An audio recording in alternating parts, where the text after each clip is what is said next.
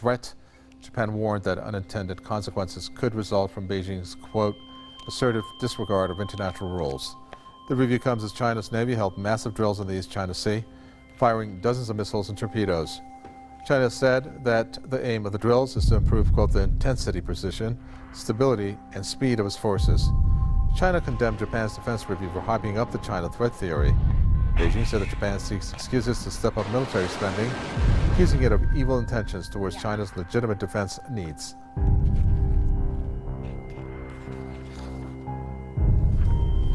Mike Billington, Asia Desk at the Executive Intelligence Review, joins us from Leesburg. So looking at a threat there, Mike Billington from Japan, is that a hollow threat or something that Japan will act on? I doubt if Japan will act on it. I think you have to look at the crisis in the region in the context of the global crisis that we're living through. As everybody knows, the West recently ganged up against China to ram through the illegal ruling in The Hague, simply declaring, despite the fact that China was no part of the arbitration, that China had no territorial claims in the region. China, when it's Japan under Abe, when it's ebbed on by Obama, by the U.S.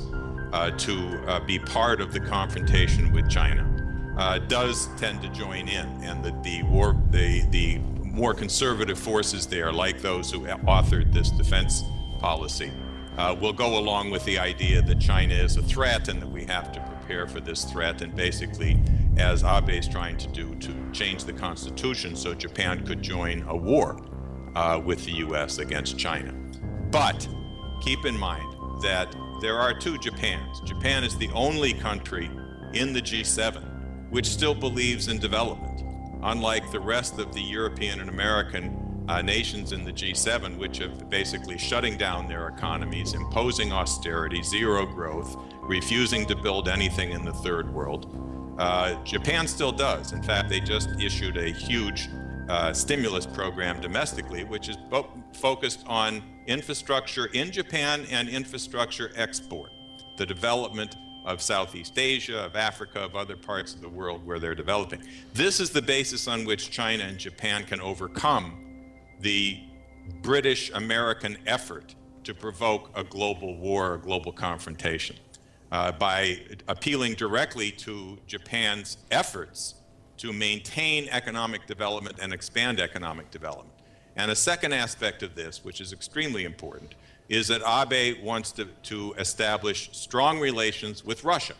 And Russia, of course, is working hand in hand with China on every aspect of global economy and global strategic confrontation against the warmongers in Washington and London.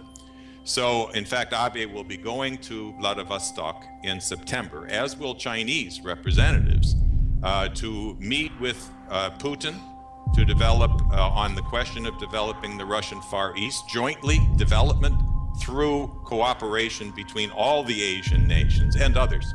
And it's this basis upon which you can overcome the attempt to use these territorial issues and so on to try to drag Japan into a war position with the United States. That can be broken. It can be broken through developing the collaboration of China's Silk Road policy approach, the development approach, the new Asian Infrastructure and Investment Bank, which Japan should join and could join if this process is pushed in the right direction rather than the wrong direction. Vladimir Putin gave a very troubling warning to the West that went largely unnoticed by Western media outlets here in the States.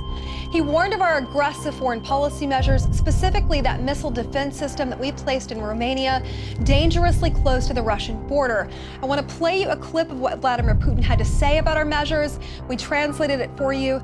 Take a listen. We know year by year what's going to happen, and they know we know. It's only you that they tell these fables and you buy it and spread it to the citizens of your countries. Your people do not feel a sense of the impending danger. This is what worries me. How do you not understand that the world is being pulled in an irreversible direction? That is the problem. But they pretend like nothing's going on. I don't even know how to get through to you people anymore. Now, that clip, he indicates that we're making very troubling foreign policy decisions which cannot be undone. Specifically, the missiles that we claim are defensive measures. They fall under something called the START Treaty. It was established in 2010 that allows the U.S. and Russia, for that matter, to place missiles specifically in areas where they'd like to test. Now, the U.S. anti-missile defense system, it was installed near the border. Putin is saying that inconspicuously it could be transformed into offensive weapons and that he doesn't trust that we're using them defensively.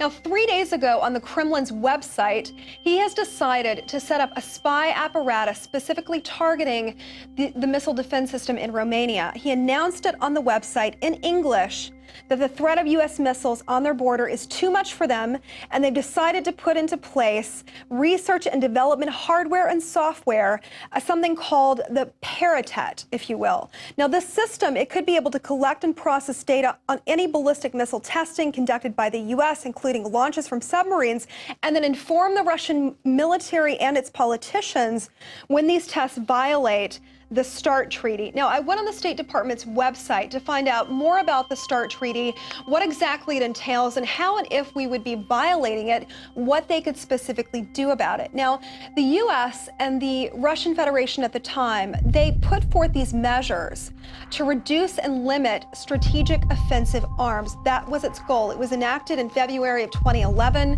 Then this predates us putting missiles on their border. And Russia, they just don't trust that we're going to hold up our end of the bargain. They're taking measures to pinpoint when we violate that agreement. That could, of course, prompt countermeasures from Russia to our violation.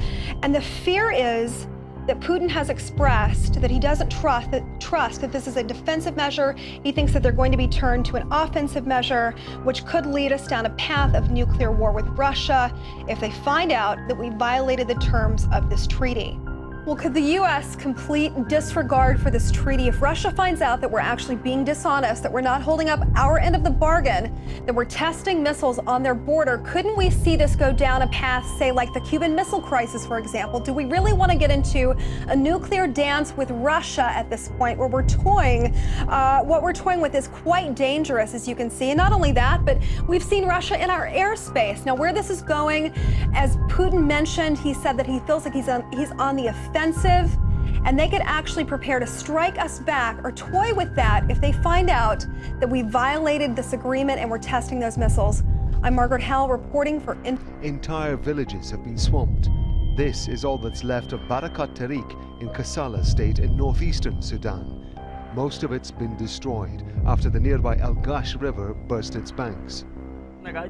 These are our homes, damaged by the floods. We couldn't bring out anything, and we have nothing now. We have lost everything that we have, even basic things. We haven't received any aid. The rains come every year between June and October, but these have been particularly bad. Roads have been washed away, stranding thousands of communities. People brave the floodwaters by boarding makeshift rafts. Some cling to trees, waiting to be rescued as the water level rises. Among the dead are said to be 3 children from the district of Hamish Khoreb. Hundreds of families are now living out in the open. The Kassala state government says it's struggling to deliver food, clean water and medical supplies. We have distributed a very limited number of tents and mattresses. We've managed to provide some aid up to now. People try to carry on their normal lives, but now there are fears of disease and pollution. Rob Matheson, Al Jazeera. Stop killing Christians in Egypt! US, wake up! US, wake up! And we are a persecuted minority, so we're seeking for protections. We're seeking for law against discrimination, law to protect the minority, religious minorities in Egypt.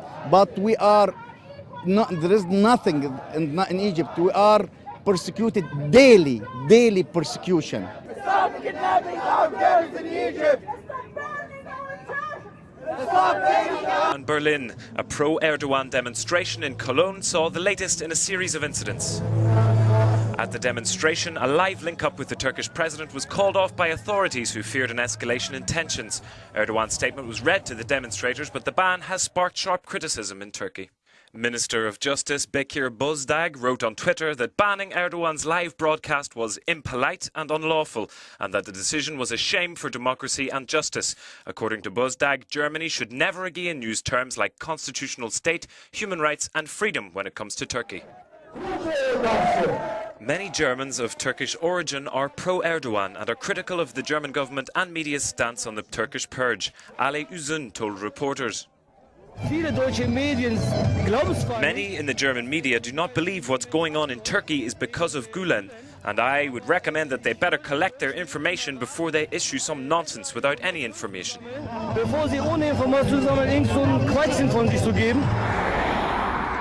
Germany is home to around 3 million people with at least one Turkish parent. In contrast to the pro-Erdogan demonstrators, 80% of Germans believe the purge is inappropriate. The possibility of the death sentence being reintroduced is yet another contentious point. Germany and the EU member states have a clear position on that. We categorically reject the death penalty. A country that has the death penalty can't be a member of the European Union, and the introduction of the death penalty in Turkey would therefore mean the end of accession negotiations. According to Erdogan, strong measures are justified in ensuring democracy in Turkey is upheld, while for his German critics, there is already little democracy to protect.